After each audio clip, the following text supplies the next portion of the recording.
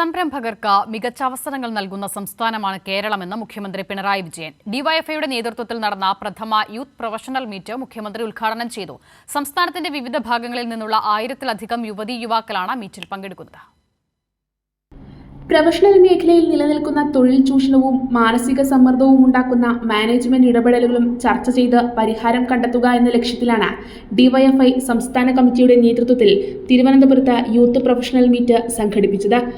Youth professional meet സംഘടിപ്പിക്കുന്നത് മുഖ്യമന്ത്രി Pinarayi Vijayan professional meet ഉദ്ഘാടനം ചെയ്തു.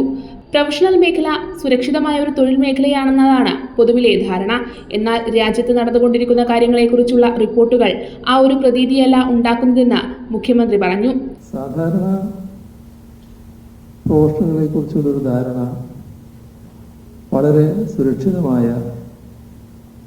ഒരു തൊഴിൽ മേഖലയാണ് എന്ന്.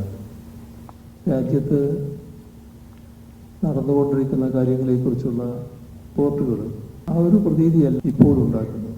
പൂനെയിൽ ജോലി ചെയ്ത ആ യുവതി ജോലിഭാരം താങ്ങാനാവാതെ മരണപ്പെടുന്ന അവസ്ഥ വല്ലാത്ത നൊമ്പരം പൊതുവിൽ ഉണ്ടാക്കിയതറിയാണ്. ഡിവൈഎഫ്ഐയുടേത് മാതൃകാപരമായ ഇടപെടലാണെന്നും നാടിന് ഗുണപരമായ ഒരുപാട് നിർദ്ദേശങ്ങൾ ഇത്തരം പ്രൊഫഷണൽ മീറ്റിലൂടെ മുന്നോട്ട് വെക്കാൻ കഴിയുമെന്നും മുഖ്യമന്ത്രി കൂട്ടിച്ചേർത്തു. യുവാക്കളുടെ ക്ഷേമം ലക്ഷ്യം വെച്ചുകൊണ്ടുള്ള നിരവധി ഇടപെടലുകൾ ഡിവൈഎഫ്ഐയുടെ ഭാഗത്തു നിന്നുണ്ടാകുന്നുണ്ട്. അതോടൊപ്പം നാടിൻ്റെ സമാധാനപരമായ നിലനിൽപ്പും പുരോഗമനപരമായ മുന്നേറ്റവും ലക്ഷ്യമിട്ടുകൊണ്ടുള്ള നല്ല പ്രവർത്തനമാണ് ഒരു യുവജന സംഘടന എന്ന നിലയിൽ ഡിവൈഎഫ്ഐ നടത്തുന്നത്.